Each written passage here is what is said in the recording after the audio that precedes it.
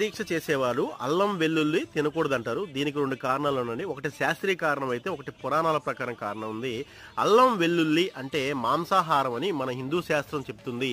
ప్రకారం అయితే రాక్షసులు దేవతలు ఆ అమృతం కోసము క్షీరసాగరాన్ని మదనం చేసినప్పుడు ఆ యొక్క అమృతాన్ని మాకు కావాలని కొట్టుకునే సమయంలో శ్రీ మహావిష్ణువు మోహిని అవతారంలో అక్కడికి వచ్చి అమృతాన్ని పంచుతున్నప్పుడు స్వరభాను అనే రాక్షసుడు దేవతల రూపంలో దేవుళ్ళ వైపు కూర్చొని అమృతాన్ని తాగుతాడు. అది గమనించిన శ్రీ మహావిష్ణువు సుదర్శన చక్రంతో తన కంఠాన్ని ఖండించినప్పుడు ఆ తల నుంచి 2 రక్త బొట్టులు భూమిపై పడి అది అల్లం వెల్లుల్లిగా అయిందని, అలా అది మాంసాహారం అని, దాన్ని ముట్టరాదని పురాణాలు చెబుతున్నాయి అండి. కానీ అల్లం వెల్లుల్లో సల్ఫరు యాంటీ ఆక్సిడెంట్స్ ఉండటం వల్ల రక్త ప్రసరణ పెరిగి మనిషి శరీరంలో కామవాంఛలు పెరుగుతాయి. కాబట్టి అయ్యప్ప దీక్షలో ఉన్న వారికి అది ఆటంకం. కాబట్టి దీక్షలో ఉన్న వాళ్ళు